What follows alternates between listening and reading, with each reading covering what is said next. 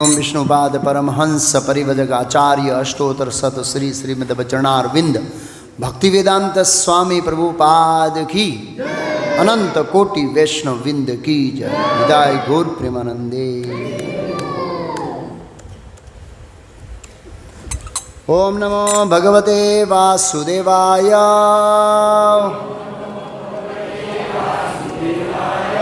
ओम नमो भगवते वासुदेवाय।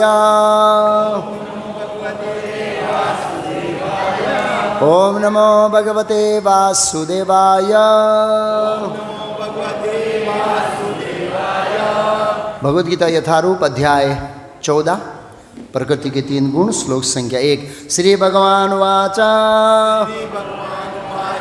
परमा भूयः प्रक्ष्यामि ज्ञानानां ज्ञानम् उत्तमं यज्ञात्वा मुनयः सर्वे पराम सिद्धिमा इतो गताः। श्री भगवान वाच परं भूयः प्रक्ष्यामि ज्ञानानां ज्ञानमुत्तमं यज्ञात्वा मुनयः सर्वे परां सिद्धिं मितो गताः। श्री भगवान वाच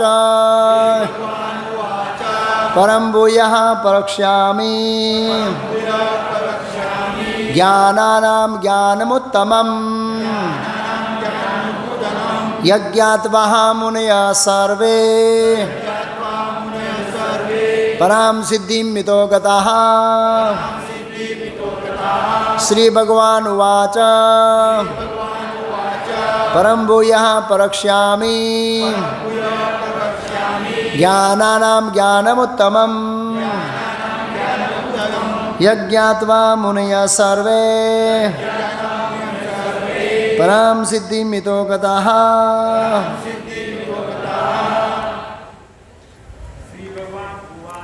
श्री भगवान उवाच परं भूयः प्रक्ष्यामि ज्ञानानां ज्ञानमुत्तमं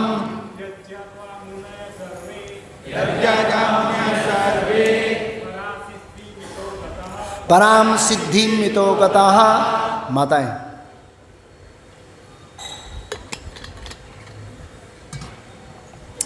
शब्दार्थ अनुवाद और तात्पर्य श्रील चरणारविंद भक्ति वेदांत स्वामी प्रभुपाद इस्कॉन संस्थापक आचार्य द्वारा। श्री भगवान वाच भगवान ने कहा भूयः फिर दिव्य श्री भगवान ने कहा परमा दिव्य भूयः फिर प्रक्ष्यामि कहूँगा ज्ञानानां समस्त ज्ञान का ज्ञानम ज्ञान उत्तमम सर्वश्रेष्ठ यथा जिससे ज्ञात्वा जानकर मुनयः मुनि लोग सर्वे समस्त परमा दिव्य सिद्धिमा सिद्धि को इतः इस संसार से गताः प्राप्त किया। अनुवाद भगवान ने कहा अब मैं तुमको समस्त ज्ञानों में सर्वश्रेष्ठ इस परम ज्ञान को पुनः कहूँगा जिसे जान लेने पर समस्त मुनियों ने परम सिद्धि प्राप्त की है। तात्पर्य 7वें अध्याय से लेकर 12वें अध्याय तक श्री कृष्ण परम सत्य भगवान के विषय में विस्तार से बताते हैं। अब भगवान स्वयं अर्जुन को और आगे ज्ञान दे रहे हैं। यदि कोई इस अध्याय को दार्शनिक चिंतन द्वारा भली भांति समझ लें तो उसे भक्ति का ज्ञान हो जाएगा। 13वें अध्याय में यह स्पष्ट बताया जा चुका है कि विनयपूर्वक ज्ञान का विकास करते हुए भवबंधन से छूटा जा सकता है। यह भी बताया जा चुका है कि प्रकृति के 3 गुणों की संगति के फलस्वरूप भवबंध से छूटा सकता। 13वें प्रश्न की, हाँ, विनिपुर ज्ञान का अध्ययन करते हुए भवबंध से छूटा जा सकता है। यह भी बताया जा चुका है कि प्रकृति के गुणों की संगति के फलस्वरूप ही जीव इस भौतिक जगत में बद्ध है। इस अध्याय में भगवान स्वयं बताते हैं कि वे प्रकृति के गुण कौन कौन से हैं, किस प्रकार क्रिया करते हैं, किस प्रकार बांधते हैं और किस प्रकार मोक्ष प्रदान करते हैं। इस अध्याय में जिस ज्ञान का प्रकाश किया गया है, जो अन्य पूर्ववर्ती अध्यायों में दिए गए ज्ञान से श्रेष्ठ बताया गया है, इस ज्ञान को प्राप्त करके अनेक मुनियों ने सिद्धि प्राप्त की है और वैकुंठ के भागी हुए हैं। अब भगवान उसी ज्ञान को और अच्छे ढंग से समझाने जा रहे हैं। यह ज्ञान अभी तक बताए गए समस्त ज्ञान योग से अधिक श्रेष्ठ है और इसे जान लेने पर अनेक लोगों को सिद्धि प्राप्त हुई है। अतः ये आशा की जाती है कि जो कोई इस अध्याय को समझेगा तो उसे सिद्धि प्राप्त होगी। ओम ज्ञान आज मेरे को चाहिए ओम ज्ञानतिमिरान्धस्य ज्ञानाञ्जन शलाकया चक्षुरुन्मीलितं येन तस्मै श्री गुरुवे नमः। नमो ओम विष्णुपादाय कृष्ण कृष्णाय भूतले श्रीमते भक्तिवेदांत स्वामिनिति नामिने। नमस्ते सारस्वती देवे गौरवाणी प्रचारिणे निर्विशेष शून्यवादी पाश्चात्यदेशतानिरे। श्री कृष्ण चैतन्य प्रभु नित्यानंद श्री अद्वैत गदाधर श्रीवासादि गौर भक्तवृंद। हरे कृष्णा कृष्ण कृष्णा हरे हरे, हरे राम राम राम हरे हरे। हरे कृष्णा। तो आज हमारा विषय है भौतिक प्रकृति के 3 गुण। अभी तक जितने भी विषयों का ओवरव्यू कोर्स में हमने चर्चा किया उसमें ये सर्वश्रेष्ठ टॉपिक है, प्रकृति के 3 गुण। क्यों सर्वश्रेष्ठ है? भगवत गीता में कितने विषयों का ज्ञान है? 5। कितने विषयों का ज्ञान है? जीव, ईश्वर, प्रकृति, काल और कर्म का सिद्धांत। कितने विषय? 5। भगवान कृष्ण ने सबसे ज़्यादा प्रवचन कौन से विषय पर दिया? आत्मा पर दिया, कर्म पर दिया, भौतिक प्रकृति के 3 गुणों पर दिया, ईश्वर पर दिया या काल पर दिया? कौन बताएगा? कैसे साबित करेंगे? आप सब लोग सहमत है? भगवान कृष्ण ने, आप कैसे साबित करेंगे बोलो?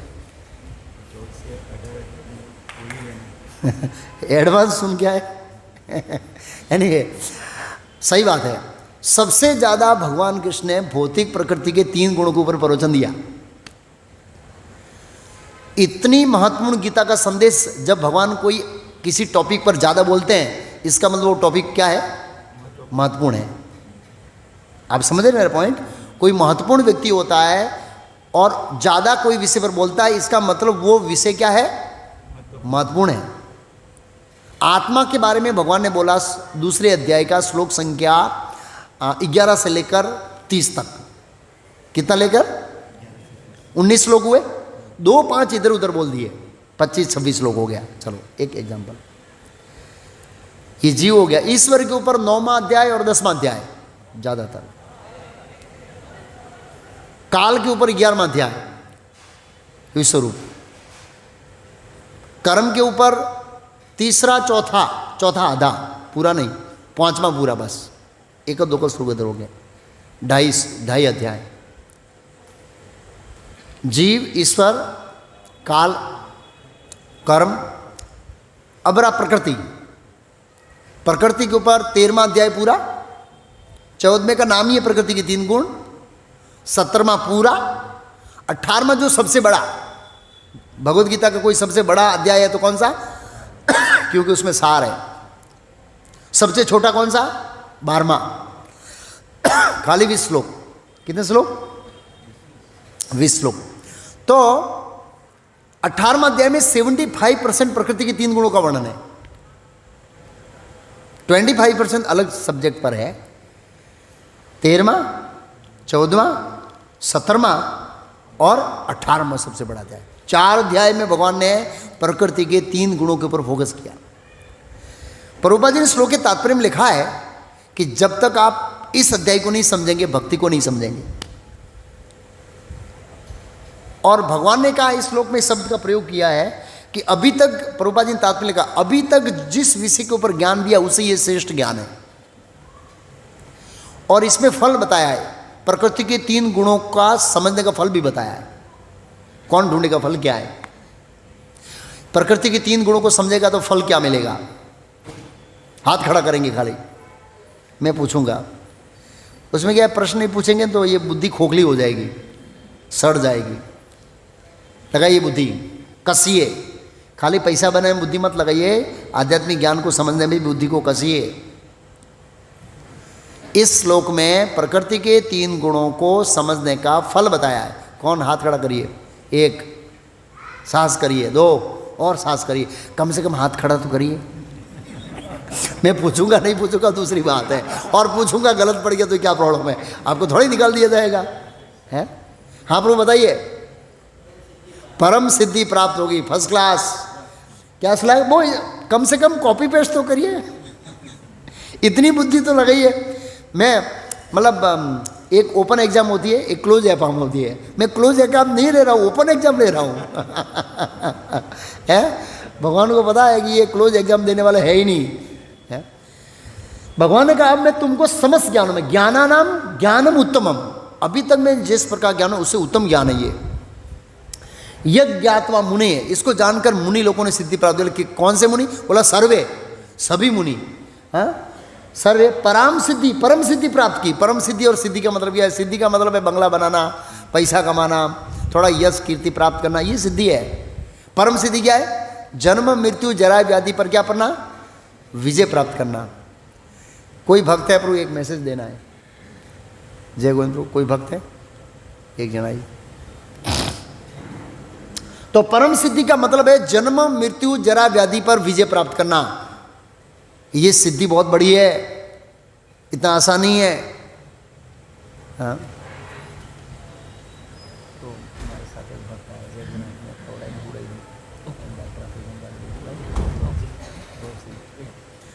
तो परम सिद्धि मतलब जन्म मृत्यु जरा व्याधि पर विजय प्राप्त करना, ये इतना आसान नहीं है।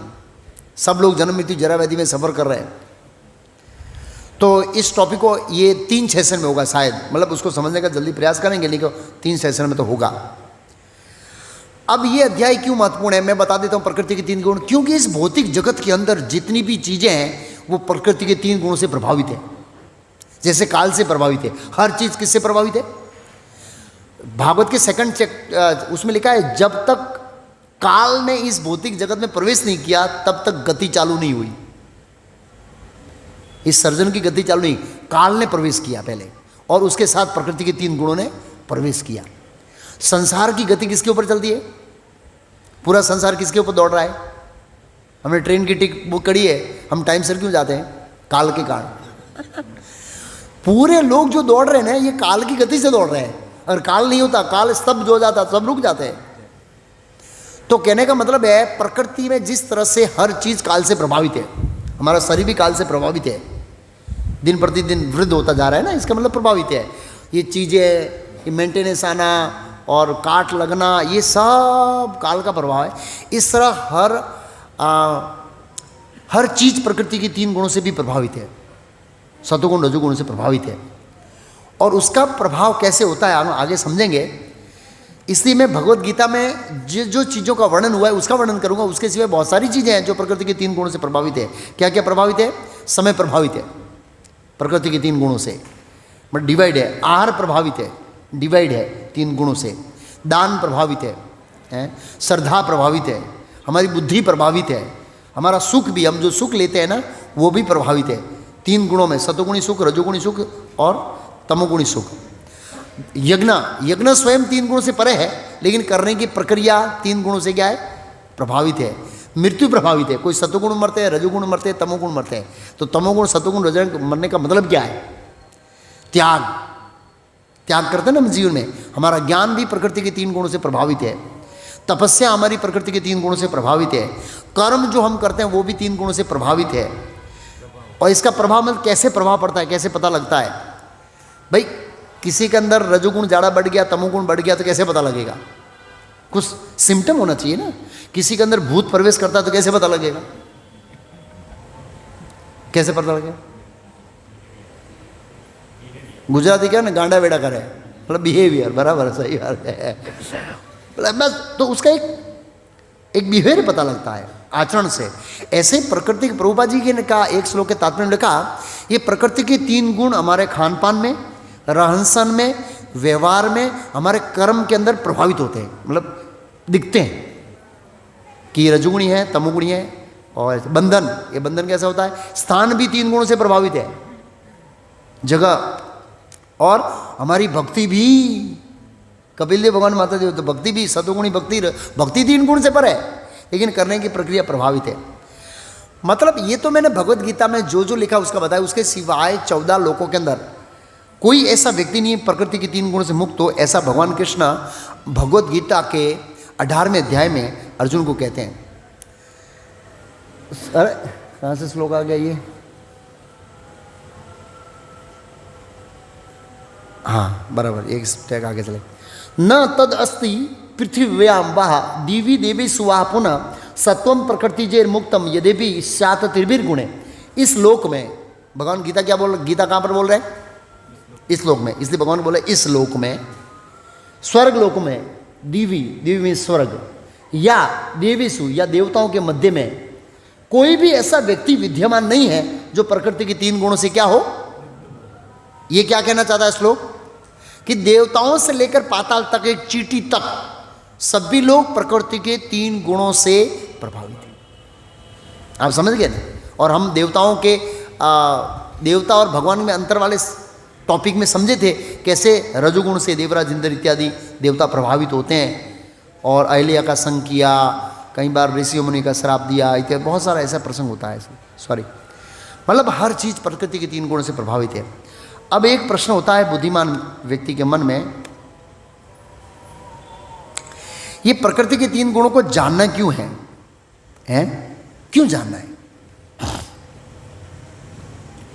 प्रश्न होता है ना भाई, क्यों जानना जरूरी था? इसका महत्व क्यों है? इसका महत्व इसलिए है, भगवत गीता के 13वें अध्याय में एक श्लोक है, कारणम गुण संगत से सत असत योनि जन्म सु। कारणम गुण संगत से, 3 गुणों का संग करने से सत असत योनि में जन्म होता है। हमारा जो भौतिक जगत में जो बार बार जन्म होता है, ये गुणों के संग के कारण है। और इसका इफेक्ट जो है, आगे बताऊंगा, सीधा हमारी चेतना पर पड़ता है। और इसको इसलिए जानना, एक तो इसलिए जानना है कि इसके संग करने से सत असत योनिया जन्म मिलता है। दूसरा है कि ये गुण बहुत स्ट्रांग है, इसको कोई बाहर निकलना इतना आसान नहीं है। भगवान भगवत गीता में कहते हैं, देवी ऐसी गुणमयी मम माया दुर्त्या, प्रकृति के 3 गुण वाले इस मेरी देवी शक्ति को पार करना क्या है? कठिन है। जब कोई चीज को पार करना कठिन है तो उसको जानना पड़ेगा ना कैसे पार करना है, बराबर? भाई ये रास्ता कठिन है तो कैसे निकलेंगे भाई, वो जानना तो पड़ेगा ना। तो ऐसे ही इसको जाने बिना पार नहीं कर सकते हैं, और पार नहीं करेंगे तो नुकसान क्या है? कारणम गुण संग से सत असत योनि जन्मसु, अलग अलग योनियों में क्या मिलेगा? जन्म मिलेगा। इसे जानना जरूरी है, और इसको पार करना कठिन है, इसलिए हमको जानना चाहिए। अब प्रकृति के 3 गुण क्या है? ये अदृश्य बंधन है, अनसीन बाउंडिंग, मतलब एक ऐसा प्रभाव है जो ऐसे देखने में पता नहीं लगता। किसी के अंदर भूत घुसता है तो आप देख नहीं सकते, ओ जा रहा है देखो गया, ऐसे देख सकते हैं, और वो बाहर निकल गया, ऐसे देख सकते हैं। ऐसे ही ये प्रकृति के 3 गुण हैं, वो किसी के ऊपर हावी होते हैं तो आप उसके लक्षणों से जान सकते हैं। और ये सीधी, इसका संबंध सीधा किससे है? चेतना से, हमारे विचारों से है, हमारी बुद्धि से, मतलब सूक्ष्म शरीर से है, मन बुद्धि अहंकार से। और वो सूक्ष्म शरीर फिर क्या करता है? ये प्रकृति के 3 गुण से प्रभावित होता है और फिर स्थूल शरीर में एक्ट आता है। ऐसा इस तरह से होता है, अदृश्य बंधन का इसको। और इसको रस्सी भी कहते हैं। क्या कहते हैं? रस्सी। हम प्रकृति के 3 गुणों से बंधे हुए हैं। क्या किए हुए? हाँ, हम स्वतंत्र नहीं है। इसका एक एग्जाम्पल देना चाहता हूँ।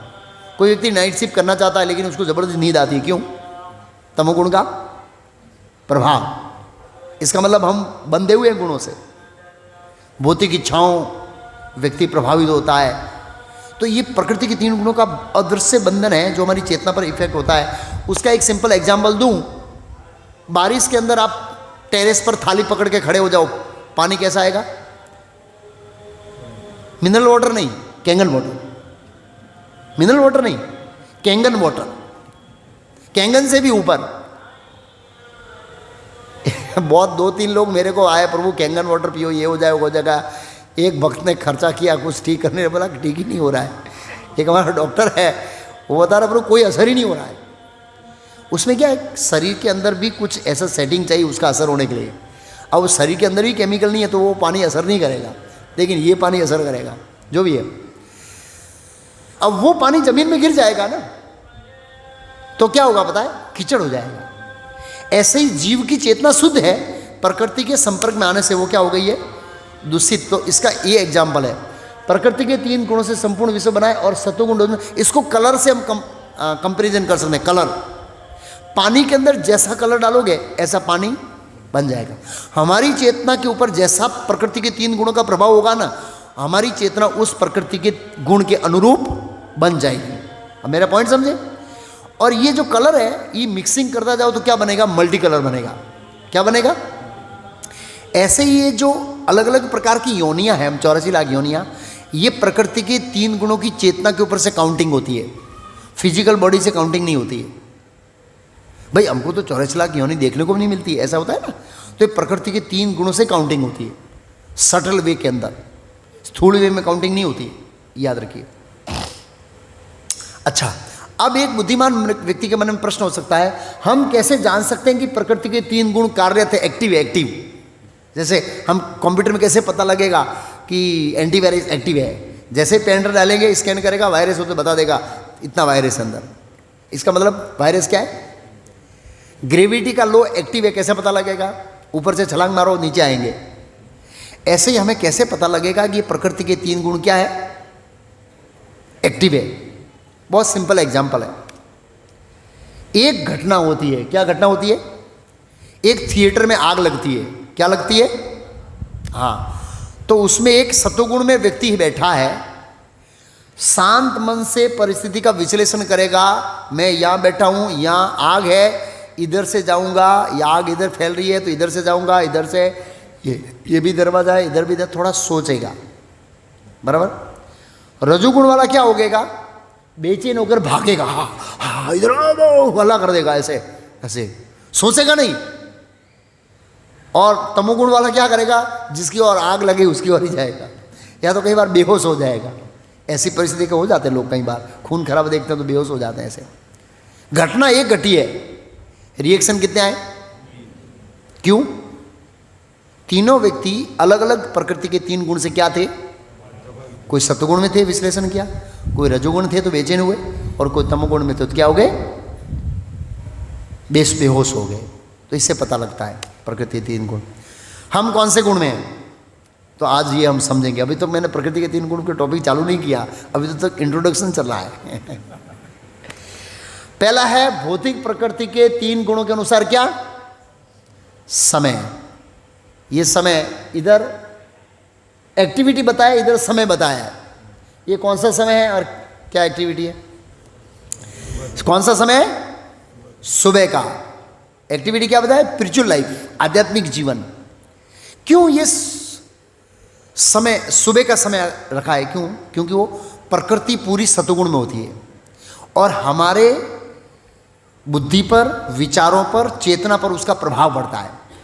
उसी समय हम जब भगवान के अंदर मन लगाने जाएंगे तो स्वाभाविक रूप से हमारा मन क्या लगेगा?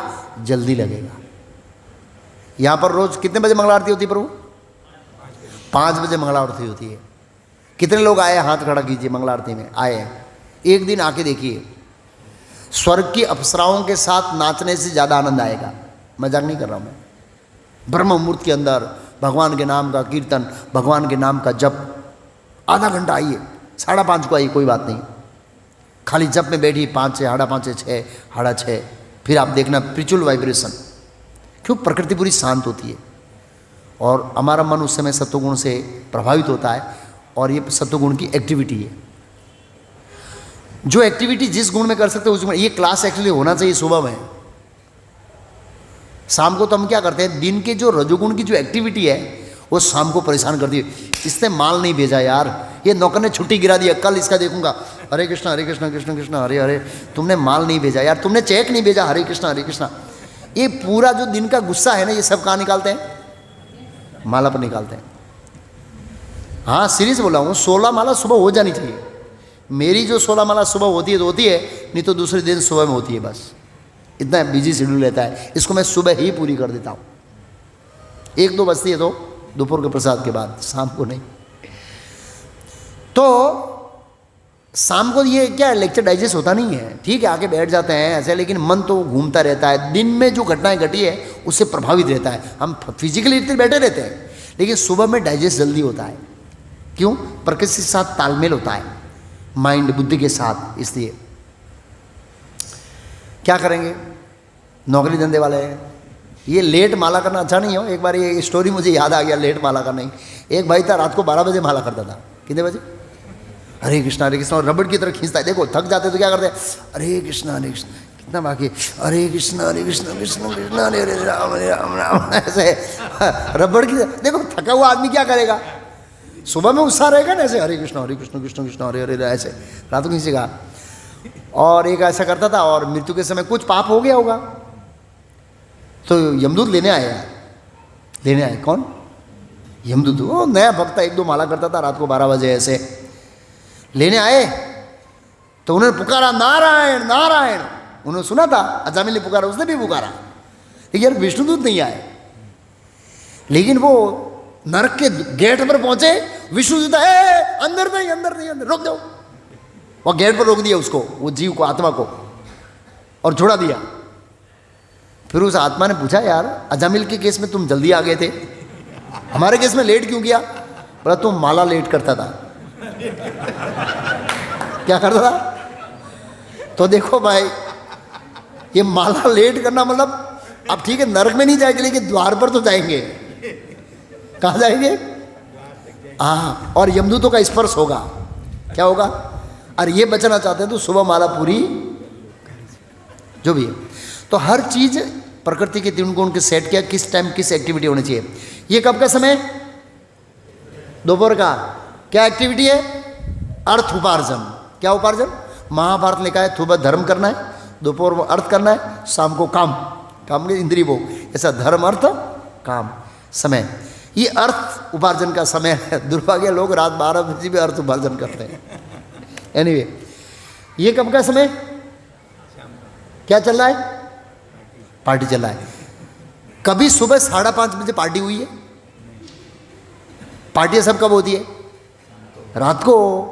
क्यों? रात को तमोगुण बढ़ता है। क्या बढ़ता है? हाँ, तो हम क्या करते, ये पार्टी के समय पे सत्संग करने बैठे हैं। एनीवे, हम कृष्णा कॉन्सेंस में पार्टी नहीं करते ऐसे, मैं बता रहा हूं कि ये तमोगुण का समय है। तो ये पार्टी सुबह क्यों नहीं होती है? क्योंकि उसका रंग नहीं जमेगा। किसका? पार्टी का। तो इसलिए प्रकृति ने 3 गुणों को डिवाइड किया है। सुबह सात्विक साधना करने के लिए, दिन को अर्थ उपार्जन, और शाम को ये तमोगुण से बचने के लिए कीर्तन में आना चाहिए, पार्टी में नहीं जाना चाहिए। ऐसा नहीं बोले प्रभु ये तो तमोगुणी है, तो आपने बताया तो तमोगुण में पार्टी होती है तो मैं पार्टी करता हूँ, ऐसा नहीं होना चाहिए। बराबर नहीं? आप मेरा पॉइंट समझे? कहने का मतलब ये है, प्रकृति के अनुसार सेट हुआ है। भौतिक प्रकृति के 3 गुणों के अनुसार क्या है? आहार। अब मैं श्लोक बोलूँगा। फोटो मैंने ज़्यादा रखा है, क्यों? क्लिक हो जाए कि मैं क्या कहना चाहता हूँ, नहीं तो बहुत लेक्चर देना पड़ेगा। आप फोटो से समझ सकते हैं इधर कौन सा आहार है। हाँ, क्या बताया, देख लिया ना, कैसे सूअर की तरह खा रहा है, और आगे जाके क्या बनेगा? सूअर बनेगा ना। हाँ, तमोगुण आहार का लक्षण क्या है? यात यामम गतरसम पूर्ति पर्युषितम च यतः उच्छिष्टम अपि चामेद्यम भोजनम तामसम प्रिय। खाने से 3 घंटे पूर्व पकाया गया। कई बार लोग शिफ्ट ड्यूटी में जॉब करते हैं, सुबह 5 बजे निकलते हैं, 1 बजे खाना खाते हैं, तमोगुणी। स्वादहीन, व्योजित एवं सड़ा, जूठा। शास्त्र ऐसे कहते हैं, पत्नी पति का जूठा खा सकती है, और शिष्य गुरु का महाप्रसाद खा सकते हैं, उसमें झूठे प्रॉब्लम नहीं है। बाकी सब झूठा है, तमोगुणी आहार।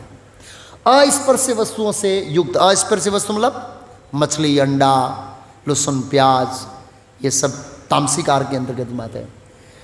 भोजन उन लोगों को प्रिय होता है जो क्या होते हैं, कुछ लोगों को वासी खाना ही अच्छा लगता है, पुराना चावल, पुराना बड़ा अच्छा लगता है। क्यों अच्छा लगता है?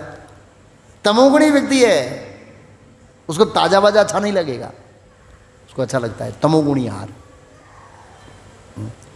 फिर है रजोगुणी आहार। फोटो किसका है?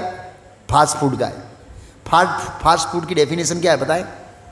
ये फास्ट बनता है, फास्ट खाते हैं, फास्ट डाइजेस्ट होता है, फास्ट रोग उत्पन्न करता है, फास्ट मर जाता है। 5 स्टेप है। कितने स्टेप है? फास्ट बनता है, फास्ट खाते हैं, फास्ट पाचन होता है, और फास्ट नहीं रोग होता है, और फास्ट, बस इसलिए कहते हैं फास्ट फूड। ये फास्ट फूड की सीरीज है। माय गॉड, क्या भीड़ है लोगों को ऐसे। कट्टवलनम अत्युक्षण तीक्ष्ण रुक्ष विदामीनम आहारा राजे श्रेष्ठ दुख शोक कामे प्रदा। अत्यधिक तिक्त, बहुत तीखा, सबके आगे अत्यधिक खट्टा, अत्यधिक नमकीन, अत्यधिक गर्म, अत्यधिक चटपटा, अत्यधिक सूखा, अत्यधिक जलन उत्पन्न करने का, जल उत्पन्न नहीं जलन उत्पन्न करने वाले भोजन रजोगुणी व्यक्तियों को प्रिय होते हैं। ऐसे भोजन दुख शौक तथा रोग उत्पन्न करने वाले हैं। इसका रिजल्ट बताएं। दुख शौक काम्य प्रदा, लोगों को मसाले वाला चाहिए, सादा बनाओ कोई खाएगा नहीं। हाँ, ये होटल चलेगी नहीं हमारे हरे कृष्ण होटल सादा बनाएगा तो सबको तीखा तमतमता। फ्लोरा गरगंटी का नाम सुना है आपने? फ्लोरा गरगंटी आनंद है। मैं बहुत साल पहले, 10 साल पहले वहाँ गया था, 10-15 साल पहले डोनेशन लेने के लिए। उन्होंने फ़ोन किया, मतलब मुझे ऐसे बोलना नहीं चाहिए, लेकिन उनका भाषा ऐसा था, आज तो घर एवी तीखी कड़ी बनाव जे के जाना थी। वो वाइफ को फोन कर रहा था ऐसे, है ना? ऐसे लोग हैं, तीखा, हाँ ऐसे। तो लोग ऐसे वो लोग होते हैं जिसको ऐसे अच्छा लगता है। अत्यधिक तिक्त लगा है, मतलब तीखा, अत्यधिक खट्टा, अत्यधिक नमकीन, अत्यधिक गरम, तो ये रजोगुणी आहार है। लोगों को रजोगुणी पसंद है। और इसके क्या कहते हैं? दुख शौक कामे प्रदा। सतुगुणी आहार। फोटो देखिए, है क्या है? सूखा मेवा है, फ्रूट है, सब्जियां हैं, अनाज है, ये सब क्या है? सात्विक आहार है। क्या आहार है? हाँ, सात्विक आहार का क्या फल बताया? कैसा है?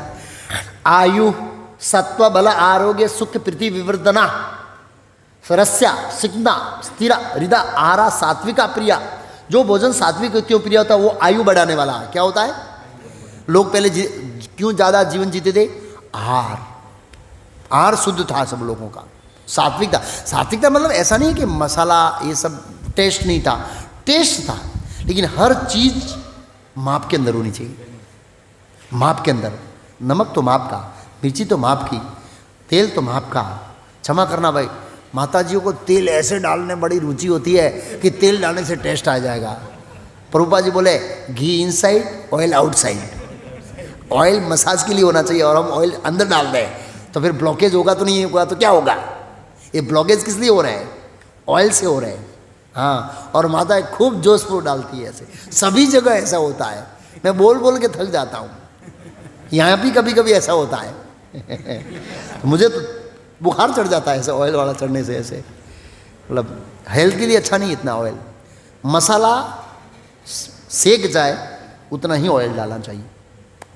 मतलब जो मसाला डालते हैं ना, रई, जीरा, आदू, मरचा, लीमड़ी, जो भी है, उसको भूंजने में जितना चाहिए उतना ही, उसके बाद ऑयल दिखना चाहिए।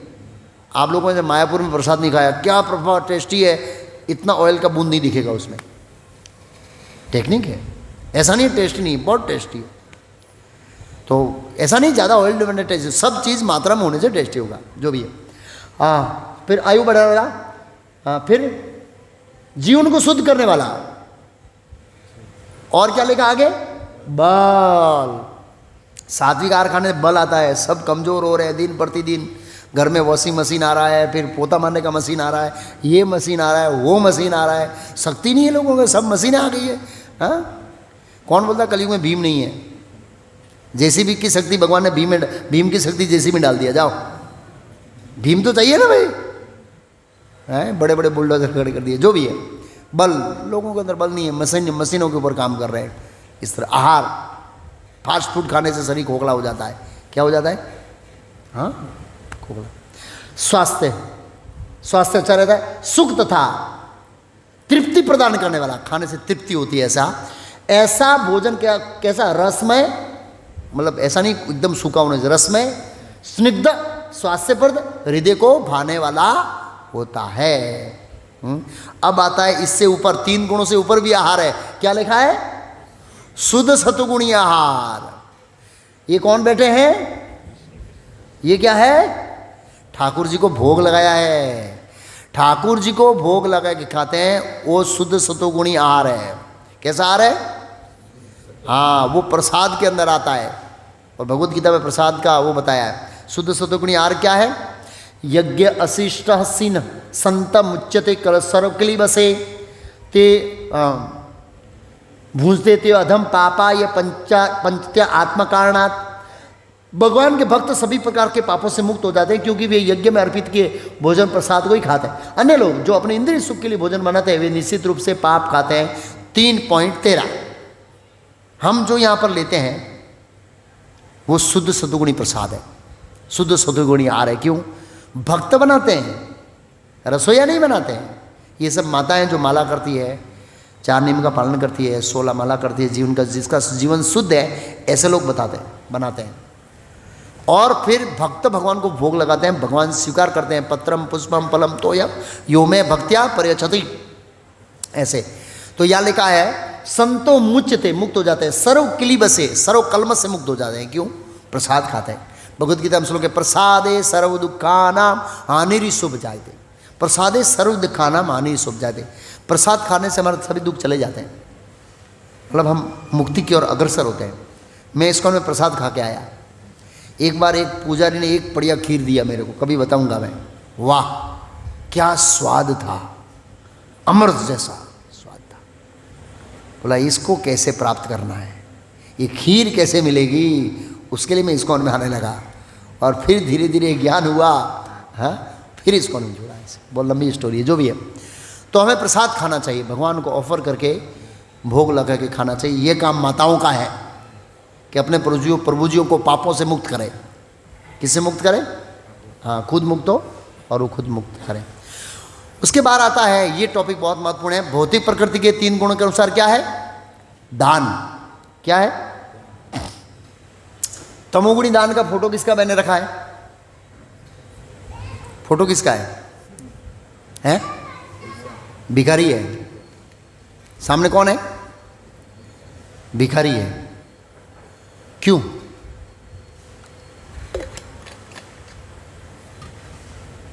बताऊंगा, तमोगुण की दान की डेफिनेशन बताऊंगा, एक एक चीज को समझाऊंगा व्यवस्थित। अदेश काले यद दान अपात्र भेदीयते असत्कृतम अज्ञातम तथा तामसा होताम। जो दान किसी अपवित्र स्थान में, अब तमोगुण दान की डेफिनेशन बता रहे हैं, अपवित्र स्थान में, अदेश काले, अनुचित समय में, किसी अयोग्य व्यक्ति को, कैसे व्यक्ति को? अब दान लेने का योग्य कौन है वो भी समझाएंगे पहले। या बिना समुचित ध्यान तथा आदर से दिया जाता है, वह क्या कहलाता है? 17.22 तात्पर्य प्रभुपाद जी ने बहुत सुंदर लिखा है इसका। 17.22 इसका तात्पर्य हम पढ़ेंगे।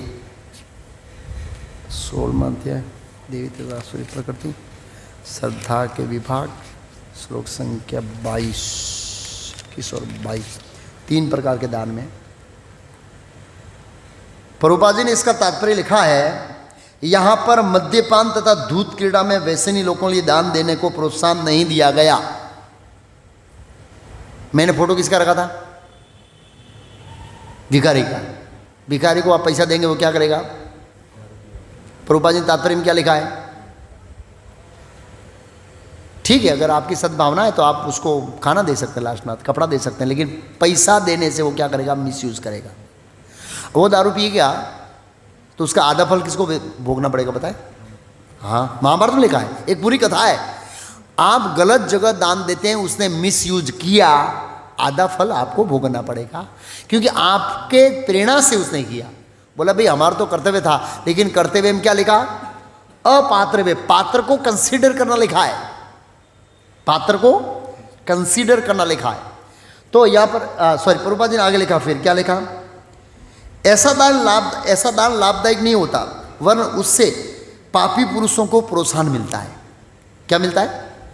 हाँ, फिर अगर आप किसी को दान देते हैं तो आदर नहीं देते हैं, ले मर ले जा यार, हरे कृष्ण वाला जीव खाई गया हारा, तो भी तमोगुण में आता है। यस, आप दान देते हैं, व्यक्ति योग्य है, लेकिन आपने आदर के साथ नहीं दिया। आदर होना चाहिए। जबरदस्ती देते हैं वो आगे आएगा।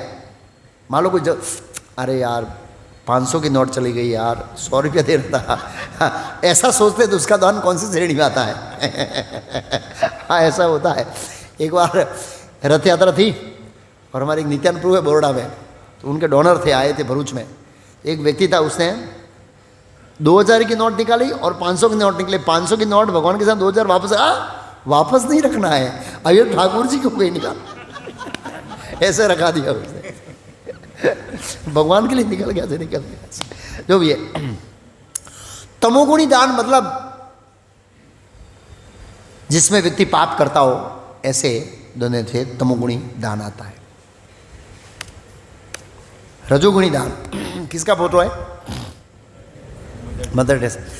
अब मैं बोलूंगा तो आपको थोड़ा वो लगेगा कि ऐसा क्यों बोले। भौतिक दृष्टिकोण से मदर टेरेसा बहुत ही वेलफेयर एक्टिविटी करने वाली लेडी है, लेकिन इसके तात्पर्य में प्रभुपाद जी ने उनकी एक्टिविटी को बहुत खंडन किया है, मदर टेरेसा की एक्टिविटी को। हालांकि भौतिक दृष्टिकोण से बहुत लोग सराहना करते हैं उसकी, लेकिन आध्यात्मिक दृष्टिकोण से वो धिक्कार के पात्र है। क्यों? तो मैं श्लोक लिखूंगा पहले, सॉरी, फिर तात्पर्य पढ़ूंगा। रजोगुणी दान की डेफिनेशन समझेंगे हम पहले। या तो प्रत्युपकार अर्थम फलम उद्देश्य वा पुनः दीयते सह परिकिल कष्टम तददान राजसम समृतम।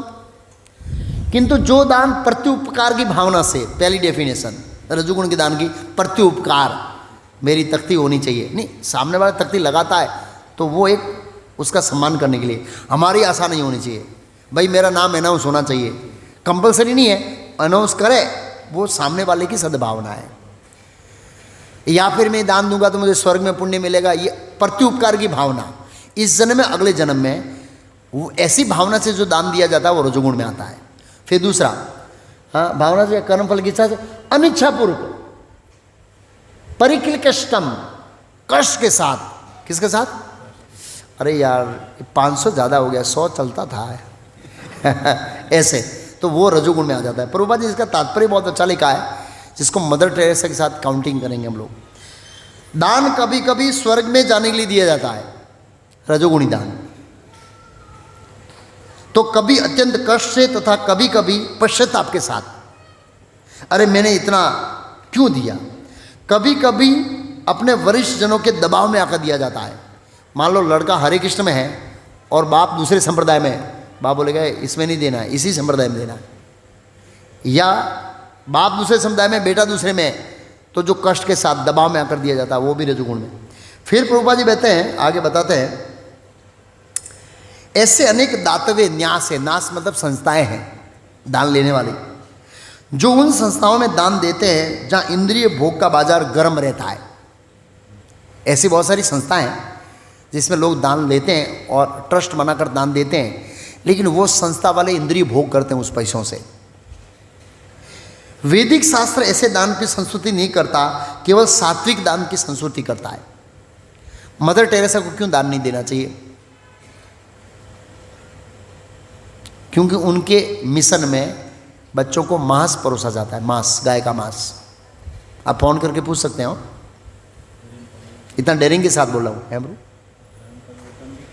धर्म प्रतिवर्तन दूसरी बात है, गाय का मांस बहुत बड़ा पाप है। अगर आप ऐसे मूवमेंट में पैसा देंगे जो ऐसे बच्चों को मांस खिलाते हैं, सूप पिलाते हैं वो खास करके छोटे बच्चों को, तो नरक में जाएंगे आप। क्या जाएंगे? यस, हमने गलत जगह दान दिया तो नरक में जाएंगे। सोच समझ के दान देना पड़ेगा। अब वो तो छोड़ दीजिए, वो ऐसे हैं। बहुत सारे ऐसे बापू भी हैं जो दान लेते हैं और इंद्रिय भोग करते हैं। मैं एक सीन बता रहा हूं जिससे आपको पता लगेगा। मैं हरिद्वार में एक बार यात्रा ले गया था, 4 धाम यात्रा। अभी जाना है, बहुत साल हो गया मुझे भी, फिर से 2 धाम बाकी रह गए उसमें। रात को नीचे आया, गंगा के किनारे मैंने एक आश्रम बुक किया था। रूम का मैनेजमेंट मैं करता था उस समय, बहुत कम भक्त ऐसे। तो मेरे रूम कम पड़ गई, तो मैं 10:30 बजे मैन महाराज जो संचालन करते उसके रूम में गया। दरवाज़ा खटखटाया तो खोला, तो रूम में बहुत बड़ा टीवी लगा था। पहले तो क्या लगा था, तो मैं हौसला रहा कि यार बापू क्या टीवी क्या जरूरत है। टीवी संसारी लोग देखे दूसरी बात है, साधु को नहीं देना। फिर देखा 4-5 साधु थे, टेबल पे बहुत सारी थम्सअप पड़ी गई, इकट्ठे होकर थम्सअप पी। तो ऐसे बहुत सारे साधु है जो इंद्रिय भोग। साधु का जीवन सरल होना चाहिए। परम पूज्य भक्ति विकास महाराज के गाइडेंस में जो ब्रह्मचारी आश्रम बनते हैं उसमें लाइट पंखा भी अलाउ नहीं है, बताया आप। मेरे जो गुरु है वो स्वयं पंखा यूज़ नहीं करते हैं। एसी की बात तो छोड़ दीजिए, एसी की बात तो छोड़ दीजिए, पंखा भी यूज़ नहीं करते हैं जून महीने की गर्मी में भी। साधु का मतलब तपस्वी। अरे आपको एसी करना है, पलंग पे सोना है तो कोई बात नहीं, आप शादी करिए, वाइट कपड़ा पहनिए, परिवार के साथ कोई प्रॉब्लम नहीं है। लाल कपड़ा मतलब त्याग का प्रतीक है।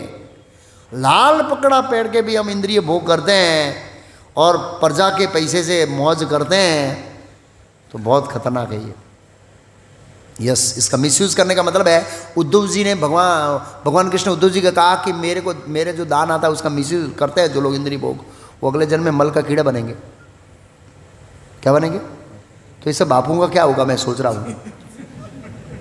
मजाक नहीं कर रहा हूँ मैं, सीरियस बोला हूँ। बहुत सारी ऐसी कथाएं शास्त्रों के अंदर। यस, साधु को शरीर और आत्मा को टिकाने के लिए जो जरूरी है वही रहना चाहिए। आइए हमारे ब्रह्मचारी आश्रम देखिए कितने सिंपल रहते हैं ब्रह्मचारी। दूसरे संप्रदाय में जाइए आप। एक बार एक भक्त था, स्वामीनारायण संप्रदाय से जुड़ा था, मेरे थोड़ा अच्छा लगा हो गया। बोला प्रभु जी आप कहाँ रहते हैं वहाँ देखना है। ले गए ब्रह्मचारी आश्रम में। बोला पलंग कहाँ है? ब्रह्मचारी आश्रम में पलंग अलाउड नहीं है भाई। आप कहाँ सोते हैं? ये चटाई पे सोते हैं हम लोग, इसमें सोते हो। ये सिंपल जीवन ब्रह्मचारी, तपस्वी जीवन होना चाहिए। तो कहने का मतलब है कि ऐसे बहुत सारी संस्थाएं हैं जहाँ टीवी चलता है, इंद्रिय भोग चलता है, और जिसका उद्देश्य लोगों को ज्ञान देना नहीं है। खाली बात ठीक है, दान उग रहा है, बापू आश्रम बना दिया है, आशीर्वाद दे रहे हैं भाई, तो ये सब तो नहीं है शास्त्र के अनुसार। रजोगुणी दान, अब है सतोगुणी दान। रजोगुणी दान की बहुत व्याख्या हो सकती है, लेकिन बताता हूँ। सतोगुणी दान, फोटो देखिए, कौन है सामने? ये कौन है? राजा है, यज्ञ कर रहा है, पूजा कर रहा है। सामने कौन बैठा है? ब्राह्मण। वैदिक संस्कृति के अनुसार दान लेने के योग्य कौन है? ब्राह्मण और साधु। क्यों? ये पात्र है। क्यों पात्र है बताइए, कारण क्या है? क्षत्रिय दान नहीं ले सकता, वैसे भी दान नहीं ले सकता, तो क्यों ब्राह्मण पात्र है? कारण बताएंगे आपको। क्योंकि ब्राह्मण समाज का सर्वोच्च कल्याण करने के लिए राजा को और प्रजा को गाइड करता है, ज्ञान देता है। भाई मैं आपकी तरह कमाने जाऊंगा तो लेक्चर कैसे दूंगा? आप समझिए ना। तो मैं आपको ज्ञान दे के आपका आध्यात्मिक उत्थान बढ़ रहा हूं, इसलिए आपका कर्तव्य बनता है कि मेरा पालन पोषण हो। वैदिक संस्कृति का ये सिस्टम है। पहले ज़्यादा ब्राह्मण गाय को नॉलेज दिया करते थे, बहुत कम सन्यासी हुआ करते थे। सन्यासी, वानप्रस्थ और ब्राह्मण, ये 3 वर्ग के लोग हैं, ये दान के पात्र हैं, क्योंकि इनका उद्देश्य समाज का हित है। क्या है? तो वैदिक संस्कृति देखते हैं, कुणगु हुआ करते थे। संस्कार करने से व्यक्ति का जीवन पवित्र होता है। अब ब्राह्मण नौकरी करेगा, संस्कार कैसे करेगा? तो ब्राह्मण को दान मांगना चाहिए, नहीं मांगना चाहिए। आजकल ब्राह्मण चार्ज रखते हैं, भाई ये कथा कराना 501, ये कथा 2, ये क्या बोले गर्भदान संस्कार का ये विधि कराना इतना, इसका संस्कार इतना चार्ज। ये चार्ज क्यों आया पता है चार्ज क्यों आया? जब लोगों ने दान देना बंद कर दिया था, ब्राह्मणों ने चार्ज डाल दिया। लोग क्या करते हैं, फिल्म देखने जाते हैं, 500 रुपया खर्च करेंगे, ब्राह्मण को 11 रुपये पकड़ा देंगे, तो फिर ब्राह्मण चार्ज करेगा ना। अब उधर से वो भी लोभी बन गया है, चार्ज लिमिटेशन होना चाहिए। चल चार्ज किया तो कोई बात नहीं है, 1 रुपया, 100 रुपया, 500 रुपया होना चाहिए। अब वो भी 500, 5000 लेगा, सत्यनारायण कहता 5000 होगा, शादी कराने का इतना चार्ज होगा। तो फिर क्या, दोनों तरफ से मिस्टेक है। हम यहाँ पर आपको ज्ञान देते हैं, पैसा लेते हैं नहीं लेते हैं, लेकिन आपका कर्तव्य बनता है कि हमारा जो सोसाइटी का उद्देश्य है और गृहस्थों का दान देना कर्तव्य है। अभी मेरा प्रोजेक्ट चल रहा है, मैं हॉल बना रहा हूँ बहुत बड़ा। एक स्वामीनारायण वाला मिला मुझे, एक पार्टी के कॉन्टेक्ट से दान देने के लिए, पूरे 10% मेरा फिक्स है। स्वामीनारायण में शिक्षण दिया 10% दान देना है। उन्होंने मुझे वायर स्पॉन्सर किया, पूरे 3.5-4 लाख का वायर स्पॉन्सर किया पूरा। बोला हमारे में कंपलसरी है, इस साल में इधर नहीं दूंगा, इधर दे दूंगा। ऐसे मतलब ये बहुत सारे धर्म का शिक्षण दिया जाता है। ऐसे यथाशक्ति श्रद्धा के साथ देना चाहिए हमको ऐसे, लेकिन हम चार्ज नहीं रख रहे हैं। चार्ज रखने से क्या होगा, फिर व्यापार शुरू हो जाएगा दोनों तरफ से। अब ब्राह्मण का भी क्या हो गया, व्यापार शुरू हो गया। कर्म कार्ड इतना, शनि की वो पनौती इतना चार्ज, इसकी इतना चार्ज, और इधर लोग देते हैं इधर वो लेते हैं, तो ये नहीं हो जाए। तो ये 3 लोग दान के पात्र हैं, इनको देना चाहिए। सतोगुणी दान क्या, उसकी डेफिनेशन क्या है बता देता हूँ। दातव्यम इति यद्दानम दीयते अनुकंपाणिने देशे काले सपात्रे चह तद्दानम सात्विकं समर्थम। जो दान कर्तव्य समझकर, कर्तव्य कि भाई मेरा कर्तव्य है, क्योंकि ये गृहस्थों के ऊपर 3 वर्ग के लोग हैं, सन्यासी और ब्राह्मण और वानप्रस्थ। ये कमाते नहीं है तो उनका पालन पोषण करना ये हमारा कर्तव्य है। कर्तव्य किसी प्रत्युपकार की आशा के बिना, उससे सामने कोई आशा रखना नहीं चाहिए। समुचित काल तथा स्थान में और योग्य व्यक्ति को, किस व्यक्ति को, योग्य व्यक्ति मतलब ब्राह्मण, और कुछ खास करके जो वेदी संस्कृति का प्रचार करते हैं वो योग्य व्यक्ति है, उनको दान दिया चाहिए। ये सात्विक दान है। अब है शुद्ध सात्विक दान। कैसा दान है, शुद्ध सात्विक दान। क्या फोटो है बताए, क्या प्रसंग है, किसी को कौन बता? ये भागवतम पढ़ा वही बता सकता है, और कोई नहीं बता सकता है। बुद्धि लगाइए, माताओं में से, भक्तों में से कोई बताएगा? बहुत कम। ये प्रसंग है ब्राह्मण पत्नियों का। कौन सी पत्नियों का? भागवत के अंदर कथा आती है, एक बार भगवान कृष्ण गोपालक चरा रहे थे गाय। बच्चों ने बोला, बालकों ने बोला कृष्ण भूख लगी है। भगवान ने कहा पास में ब्राह्मण लोग यज्ञ कर रहे हैं और यज्ञ अंदर प्रसाद बढ़ता है यज्ञ के बाद, तो वहाँ से आपको भोजन मिलेगा, जाओ। तो ब्राह्मणों ने बच्चों को भगा दिया। क्या किया, अब जाओ यहाँ से। तो बच्चे निराश हो गया है। भगवान ने कहा एक काम करो, ये पुरुष कठोर हृदय के होते हैं, माताएं सॉफ्ट हृदय की होती है, माताओं के पास जाइए। ये ब्राह्मण पत्नियों के पास गए, कृष्ण पड़ोस में आए हैं, उनको भूख लगी है, और नहीं बोला हमको लगी है, उनको लगी है। तो ये सभी ब्राह्मणी जो थे, वो जितना भोग यज्ञ के लिए बनाया था उठा के कृष्ण के पास आ गए और कृष्ण को दिया उन्होंने। तो दान का फल बताया, सामान्य दान दोगे 1 फल मिलेगा, दूसरा दान दोगे ऐसे फल मिलेगा, तीसरा दान दोगे ऐसे फल मिलेगा। कृष्ण को दान देने का फल बताऊंगा मैं आपको। अब शुद्ध सत्वगुणी दान की व्याख्या क्या पहले बता देता हूं। क्या कहा है, यद करोसि यदस्रासि यदजोसि ददासि यतहम यद तपस्वी कौनते तत्कुरु समदर्पणम। हे कुंती पुत्र, जो कुछ करते हो, जो कुछ खाते हो, जो कुछ अर्पित करते हो और दान देते हो, और जो भी तपस्या करते हो उसे मुझे अर्पित करते हो, करो। भगवान इस पर करते हैं तत्कुरु समदर्पण ददासि, जो दान देते हो वो मुझे दो। ये शुद्ध कृष्ण को दान देना शुद्ध सतुगुण में आता है। कृष्ण को दान मतलब कई बार लोग बोलते हैं अरे भगवान तो दान क्या मांगे से गए यार, भगवान ने दान की क्या जरूर है? तो प्रधानमंत्री डायरेक्ट टैक्स थोड़े मांगता है, वो सरकार की सिस्टम है। भगवान ने सिस्टम बनाई है कि मेरी सेवा मेरे भक्तों के थ्रू होगी। डायरेक्ट कृष्ण नहीं मानते हैं, लेकिन कृष्ण को देना चाहिए। कृष्ण के जो भक्त होते हैं उनको देना चाहिए। ओके, अभी कृष्ण को दान देने का देखो, शास्त्रों ने बताया ब्राह्मण को दान देने का 10 गुना फल होता है, वैष्णव को दान देने का 1000 गुना फल होता है, कृष्ण को दान देने से करोड़ों गुना फल होता है। हाँ, इसका सैंपल है, ये सैंपल है। क्या है बताए? ये फल वाली ने, एक कथा ऐसी है कि नंद महाराज के आंगन में वृंदावन के अंदर एक फल वाली थी जो फल दे रही थी, और फल के बदले में उस समय क्या देते? अनाज देते थे। वो बार्ट सिस्टम थी, वैदिक कैशलेस, मोदी जी का कैशलेस नहीं, वैदिक कैशलेस। अनाज के बदले में ये तो फल ले लो। फल वाली आई तो कृष्ण भगवान का मैं जाऊंगा, नंद बाबा मैं जाऊंगा। तो अनाज की मुट्ठी भरी और बच्चा जाता है तो बच्चे के हाथ ऐसे होते हैं बताए, तो थोड़ा बड़ा अनाज गिर गया लेकिन थोड़ा था ऐसे। फल वाली ने भगवान का रूप देखा, भगवान का दिव्य सौंदर्य देखा है, और गदगदित होकर उनको क्या किया? पूरा फल दे दिया, टोकरी खाली कर दी। और उसके अंदर भाव था, पत्रम पुष्पम फलम तोयम यो में परिचति भाव। और भगवान ने क्या फल दिया?